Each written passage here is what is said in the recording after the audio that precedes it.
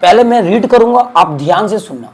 Read करने के बाद जब ध्यान से सुनोगे तो ऑटोमेटिक आपकी माइंड उस वर्ड को एनालिसिस करेगा कि ये वर्ड क्या समझाने का कोशिश कर रहा है। बुक बतों में पाएगा आणविक मोलिकुलर स्तर पर होती है। देखिए जीवों में जो गति होती है, कैसे समझेंगे कि जीवों में गति होती है? क्योंकि गति को आंखों से देखा नहीं जा सकता है। हम चल रहे हैं, इसे देख सकते हैं, बट मैं सो गया, अब मेरा बॉडी चल रहा है, ये हम नहीं देख सकते।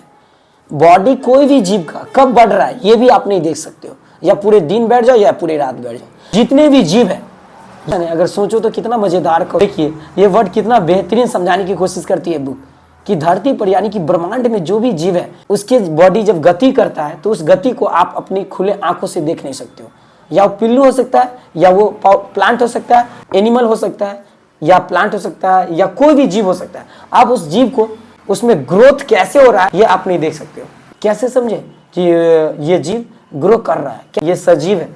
आखिर ये सजीव है तो इसकी बॉडी कहाँ से ग्रोथ कर रहा होगा, कहाँ से गति कर रहा होगा, जिसके कारण मैं उसे देख नहीं पा रहा हूँ। तो ध्यान में रखिएगा, ये जो ग्रोथ कर रहा है, ग्रोथ करने का रीजन है, ये जो कोई भी जीव है सजीव, वो जो ग्रोथ करता है उसका जो है फर्स्ट स्टेप और एकदम बेसिक स्टेप जो है वो है मोलिकुलर। मतलब कोई भी जीव अपने मोलिकुलर बेस पे ग्रोथ करता है।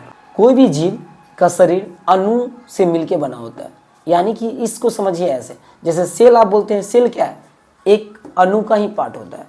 अनेकों सेल मिलके एक बहुत बड़ा मल्टी सेलुलर बॉडी हो जाता है। सब क्या है आज मल्टी, वो सिंगुलर मतलब पहले वो सिंगल सेल बॉडी का था, तो मोटा हो गया इसलिए मल्टी सेल का हो गया, ये नहीं है। उसकी शरीर बहुत अनेकों सारे सिस्टम से चल रहा है, तो अनेकों सारे जीव के अनेकों सारे सेल की मदद से चल रहा है। आप अपने बॉडी में सिर्फ जल पी के जीवित नहीं रह सकते हो। अगर रह भी सकते हो तो 1% लोग होंगे या 0.5% लोग होंगे जो ये काम कर सकते हैं। बहुत कठिन है। बॉडी में अनेकों सारे सेल चाहिए तो बॉडी हमारी चलती है। हमारा बॉडी में अनेक टाइप के सेल की आवश्यकता होती है, काम कराने योग्य बना पाती है, काम करने जैसा कैपेसिटी डालो। मल्टी सेलुलर मतलब जब हम एक काम को अनेक सिस्टम, हमारा जब शरीर का जो ऑर्गन है, अनेक ऑर्गन मिलकर जब एक काम करे तो मल्टी सेलुलर जीव होता है। जब अनेक काम को सिर्फ एक ही ऑर्गन करे, मल्टी सेलुलर जीव। एक काम को जब अनेक ऑर्गन मिलके करे तो उसको मल्टी सेलुलर जीव कहते हैं। और जिसकी एक ऑर्गन अनेकों सारे कामों को करे वो जीव सिंगल सेलुलर जीव होंगे, जो एक कोशिकीय जीव हो सकते हैं, वाले हो सकते हैं। देख सकते हो वो कैसे ग्रोथ कर रहा है, कैसे गति कर रहा है। और बहुकोशिकीय जीव को भी नहीं देख सकते वो कैसे ग्रोथ कर रहा है, कैसे डेवलप कर रहा है। इसको देखने के लिए आपको क्या करना पड़ेगा? आणविक स्तर पे देखना पड़ेगा, मोलिकुलर बेस पे देखना पड़ेगा।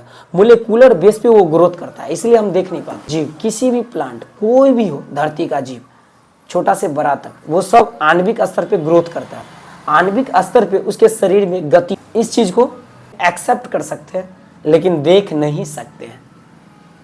अगर इसको देखना होगा तो माइक्रोस्कोप के अकॉर्डिंग, रिसर्च के अकॉर्डिंग, प्रयोगशाला में इसको हम देख सकते हैं कि कैसे मोलिकुलर स्तर पे ये ग्रोथ कर रहा है। तो इस तरह से बुक ने यहाँ पे ये समझाया, मोलिकुलर स्तर पे कोई भी जीव ग्रोथ करता है। किस लेवल पे ग्रोथ करता है इसको समझ गया।